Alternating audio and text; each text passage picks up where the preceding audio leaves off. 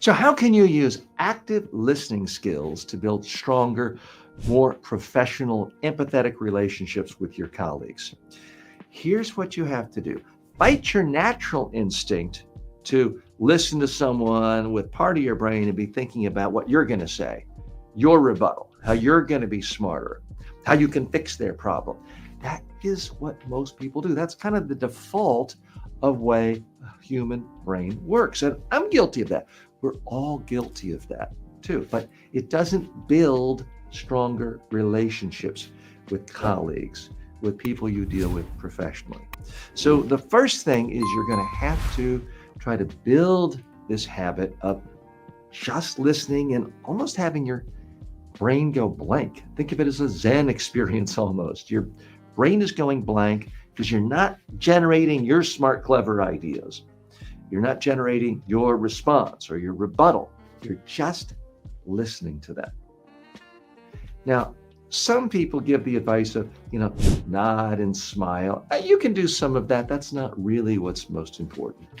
What's important is that you listen, you try to understand, and you may even have to interrupt occasionally and say, let me make sure I'm getting this, and then summarize what they're saying. Don't just mimic them and do it word for word the same way, like you're almost being annoyed, but show them you've listened to them, you're trying to process it, you've now summarized it using your own words. So do that. Don't let them just go on and on and on. Stop when you think you've gotten a good, important idea. Summarize it. Really look at them. After you've summarized it, then say, am I getting this right? Am I understanding you? Wait until they actually say yes or nod their head. Let them continue.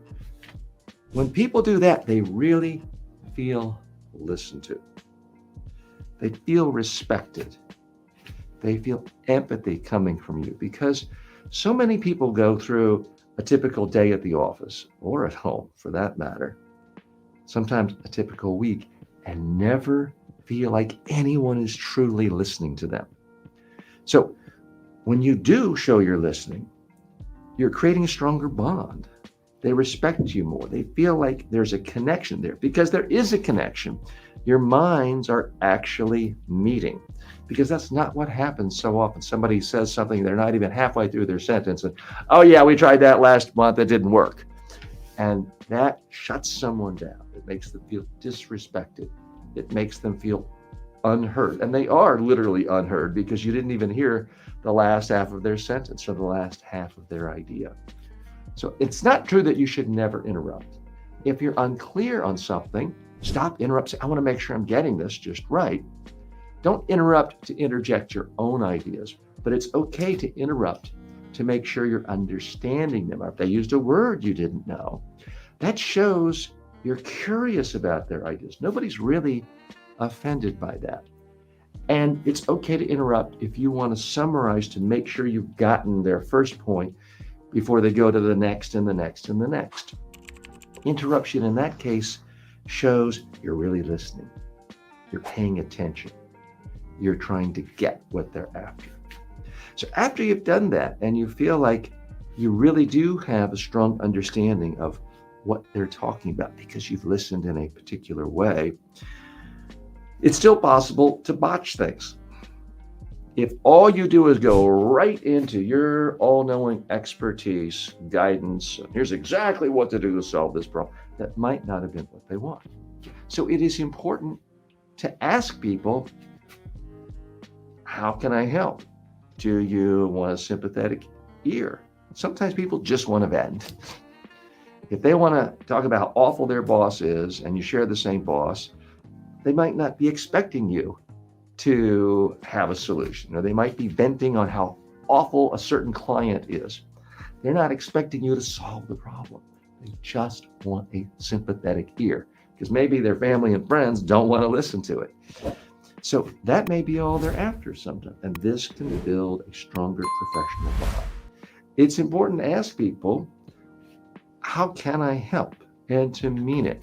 Sometimes people want sympathy.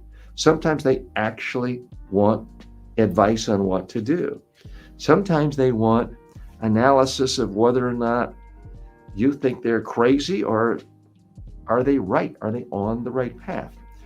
Really try to figure out exactly what they are looking for when they speak to you, rather than just saying, I'm the expert, I know this, and do this, and this. That will make you come across as much more empathetic, and you'll build a reputation of being a good listener.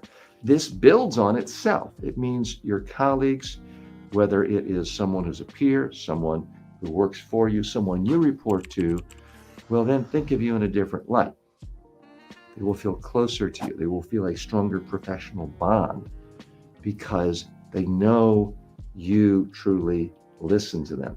Listening is a gift that you give to people. We live in a world that is screaming for attention. Some say we live in an attention economy these days. Every social media platform, I'm doing it right now, asking for your attention. Every traditional media outlet, every newspaper, magazine, billboard, everyone is screaming for attention because they all want you to listen. Consequently, there is more demand for attention than ever before, which means for most people, it's harder and harder to get anybody to listen to them. So when you truly listen to someone, you're giving them a gift, and it is one that will be appreciated.